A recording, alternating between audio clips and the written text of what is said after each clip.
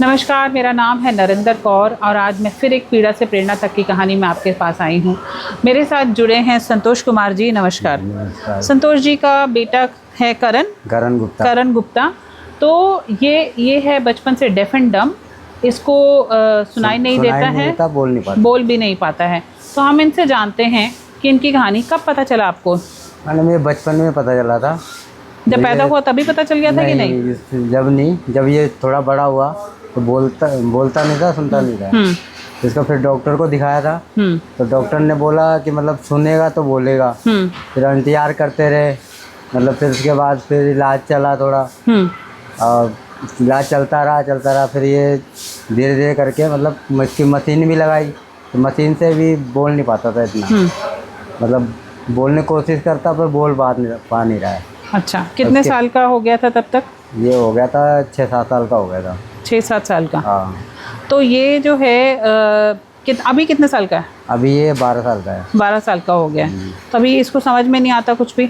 आप इस पे कुछ कोशिश करते हो? थोड़ा बहुत स्कूल में भेजते हैं, थोड़ा बहुत स्कूल में भेजते हो? हाँ। कौन से स्कूल में जाता है ये? राजधानी स्कूल में। राजधानी स्कूल में। नॉर्मल स्कूल है? नॉर्मल स्कूल है। अच्छा, मतलब तो वहाँ पे ऐसा स्कूल होना चाहिए जिसमें बच्चा सीख भी सके और कुछ अपने जो करने के लिए जैसे कंप्यूटर सिखाया जाता है वो सिखाया जाता है। ऐसा सिस्टम हो जो आगे का भविष्य बने, ऐसा सिस्टम होना चाहिए। मतलब अभी मान लो कल को ये बड़ा होगा तो क्या करेगा? बिल्कुल। अब इतना तो कर नहीं पाएगा नहीं। वो कंप्यूटर सिखाने का सिस्टम हो या कुछ ऐसा हो कि जो ये काम धंधा कर सके अपना। बिल्कुल बिल्कुल बिल्कुल। ये तो मेरी बात समझ पाएगा? हाँ, सुन पाएगा? नहीं बोलोगे तो हल्का। करण क्या हाल है? कैसे इसको समझाते हो फिर आप? इशारों किस तरीके से इशारों में करते हो? से जैसे कुछ मंगाना होता है तो उसको इशारे से बताते हैं। ये खाना खाया? खाना खाया? बताओ खाना।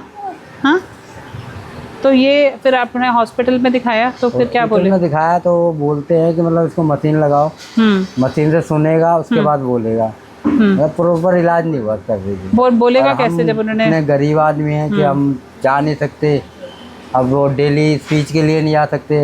नोएडा में बुलाया था एक बार कि डेली आना पड़ेगा, तो अब डेली कैसे हम जाएंगे? काम धंधा भी है। बिल्कुल। काम धंधा नहीं करेंगे तो बच्चे पालेंगे कैसे? सही बात। कुछ ये होता है ना, अब आसपास में होना चाहिए। जैसे स्कूल आसपास में हो तो आदमी भेज दे वहाँ स्पीच के लिए या किसी चीज़ के लिए।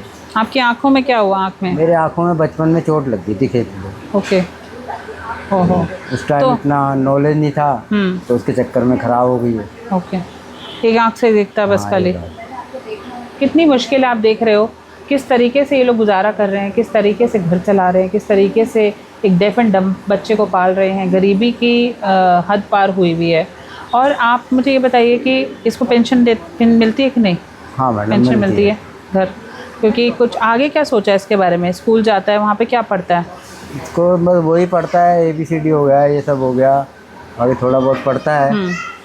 बाकी जो है हम सोचते हैं कि कोई कंप्यूटर का काम हो, जो ऐसा काम हो जिसको उसको बोलना ना पड़े, वैसे समझ के अपना कर ले। ऐसा सिस्टम होना चाहिए। जैसा इतना हमारे पास तो हाई फाई है नहीं कि हाई फाई स्कूलों में डाल देंगे, वो करवाएंगे। अब इसके लिए सरकारी ऐसी सुविधा होनी चाहिए जिससे बच्चा आगे बढ़ सके। सरकार से कभी मदद मांगने की कोशिश की? कभी कोशिश कोई आया आपके पास या कुछ ऐसे? हम इतने पढ़े लिखे हैं नहीं जो आगे कर सके, भाग सके, वो कर सके। अब हमें तो इतनी नॉलेज भी नहीं है क्योंकि मैं खुद भी 5वीं तक पढ़ा हूँ। इतना आगे इतना मुझे नॉलेज है नहीं क्या है क्या नहीं है। जितना मेरे से थोड़ा बहुत होता है वो कर लेते हैं, कोई बता देता है तो उससे कर लेते हैं, बस ये। बाकी हाथ पैर ठीक हैं इसके? हाथ पैर ठीक हैं। डेफ एंड डम की वजह से ये कर सकता है, कुछ काम कर सकता है। इसको कहीं ना कहीं कुछ अगर काम कर सकता है, पर पहले पढ़ाई तो जरूरी है। पढ़ाई नॉर्मल स्कूल में पढ़ाएं ताकि इसको समझ आए क्या क्या चीज़ें हैं, उसके हिसाब से इसको आगे बढ़ाया जा सकता है। बिल्कुल। तो उसका आगे जब तक वो बनेगा नहीं तब तक कैसे करेगा? आगे कुछ करने के लिए तो पढ़ना जरूरी पड़ेगा। इसकी मम्मी क्या करती हैं? हाउस वाइफ है। अच्छा, आप काम करते हैं? आप कहाँ काम करते हैं? मैं रेडी लगाता हूँ, फास्ट फूड में रेडी लगाते हैं। सोचिए एक घर में कमाने वाला और इतने लोग खाने वाले, और बच्चा अगर स्पेशल चाइल्ड हो तो कितना मुश्किल होता है, किस तरीके से गुजारा चल रहा होता है घर का, किस तरीके से काम कर रहे होते हैं, तो ये बहुत तकलीफ़ वाली बात है। बहुत गुजारिश है ऐसे बच्चों की मदद कीजिए। आपके पास हियरिंग एड है, कान में मशीन लगाने वाली कि नहीं? हाँ एक है। एक है, तो उससे सुनाई नहीं देता है इसको? इसको हल्का फुल्का सुनाई देता है, अब दोनों कानों में लगानी पड़ेगी। जो प्राइवेट से लेने गए थे तो वो बता रहे 20,000 की करीब एक मशीन है। अच्छा। मैं हल्की, वो कह रहे हल्की लगाओगे कोई फ़ायदा नहीं होगा।